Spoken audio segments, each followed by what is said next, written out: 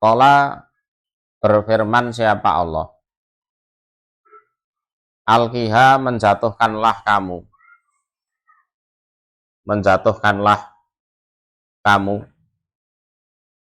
Musa ha pada tongkat, ya Musa wahai Musa. Jadi tongkatmu supaya kamu jatuhkan. Jadi Musa itu kan ceritanya umur 12 tahun mukul orang sampai mati, lari ke Madian.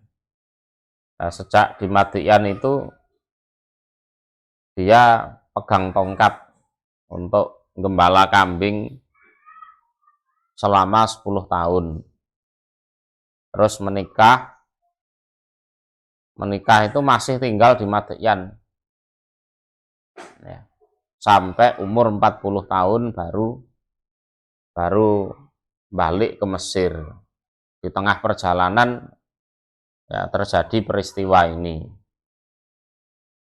ya. Allah memerintahkan agar Musa menjatuhkan tongkatnya. Fa'alqaha maka menjatuhkan siapa Musa pada tongkat. Fa'idha maka ketika itu hiya utawi tongkat iku hayatun ular, tas'a yang berjalan apa ular.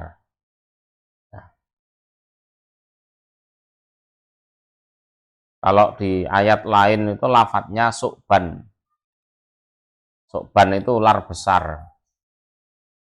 Ya, kalau hayat itu ya secara bahasa ya ular gitu. Jadi ular itu kalau masih kecil itu kan gerakannya lincah. Tapi kalau sudah besar itu gerakannya lambat. Nah, kalau ularnya Musa ini besar, tapi gerakannya tetap lincah. Tuh. Jadi ada yang ayat itu menjelaskan dengan kata su'ban. Ada yang menjelaskan hayatun, ular. Ya, kalau hayatun ini berarti menjelaskan kelincahannya. Ya, ularnya itu lincah. Tapi kalau di ayat lain lafadznya su'banun itu menjelaskan dari sisi besarnya ular. Jadi ya besar ya lincah. Ya enggak sama dengan ular biasanya itu. Qala berkata Allah, khudha mengambillah kamu Musa ha pada ular. Wala takhaf dan jangan takut kamu. Jangan takut dari ular tersebut. Sanu'iduha akan mengembalikan kami Allah pada ular sirotaha pada bentuk aslinya ular. Al-ula yang pertama. Jadi sirotaha itu ya aslaha, jadi bentuk aslinya ular.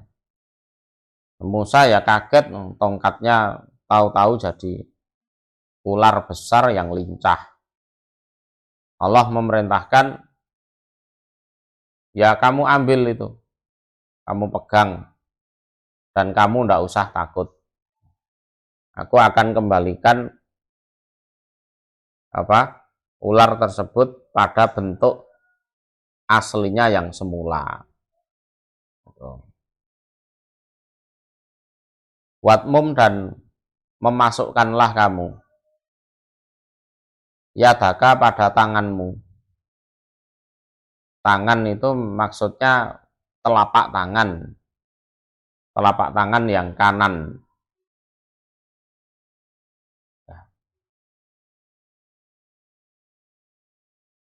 Ila janabika, pada lambung kirimu.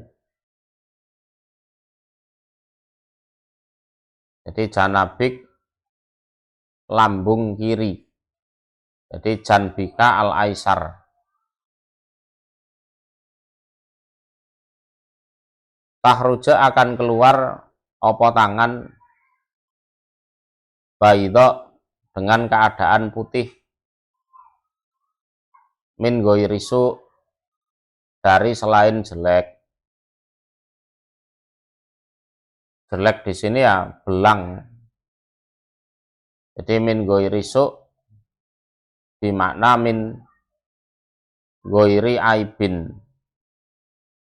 dari selain cacat. Wasuk hahuna bimakna albaros. Jadi jelek hahuna di ayat ini bimakna albaros, dengan makna belang. Jadi tangan kanan artinya telapak tangan yang kanan dimasukkan ke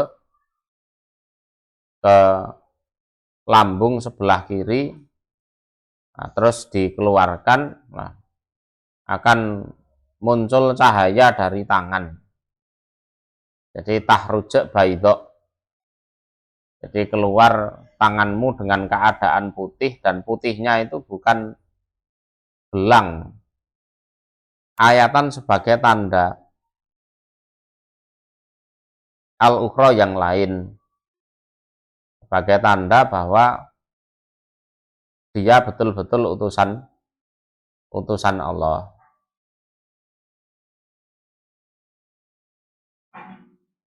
Linuriaka, agar memperlihatkan kami Allah kepada kamu.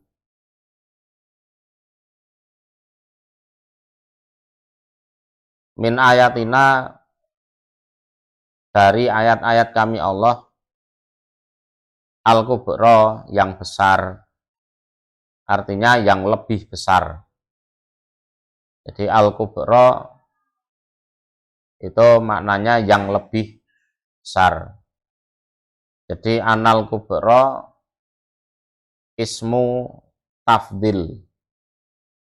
Jadi kata kubra dalam ayat ini adalah isim tafdil. Isim tafdil itu ada lafadz lebihnya. Jadi al-kubra yang lebih besar. Ai alati hiya akbar min goiriha. Jadi alati yang hiya, ayat akbar lebih besar, min goiriha dari selainnya. Itu di tafsirnya seperti itu. Jadi alati hiya akbar min goiriha. Qala Ibnu Abbas, kanat yadu Musa akbaru ayatih. Jadi kanat ada yadu Musa, tangannya Musa itu adalah lebih besarnya ayat-ayat Allah.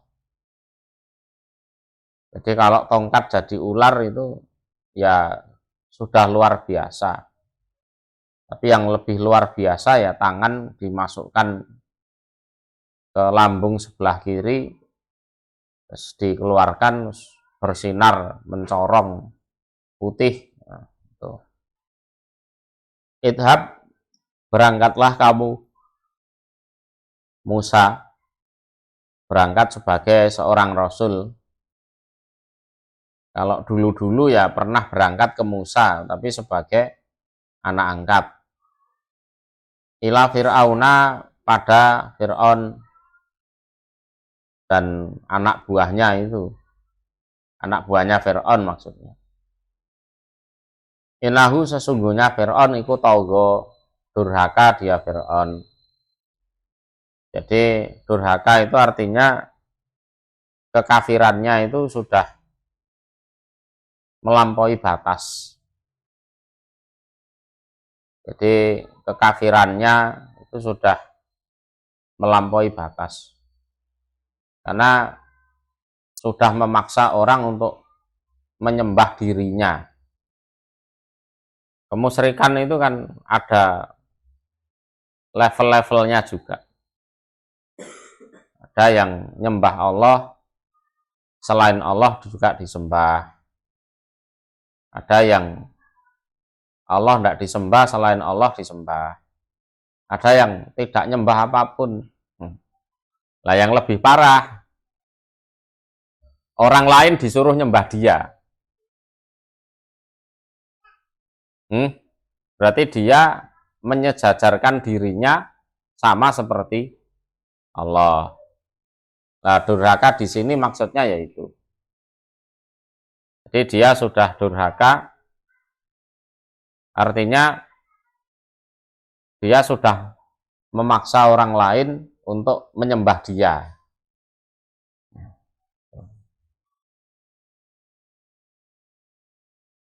Qala berkata sapa Musa, Robbi wahai Tuhanku, Isroh, semoga melapangkan engkau,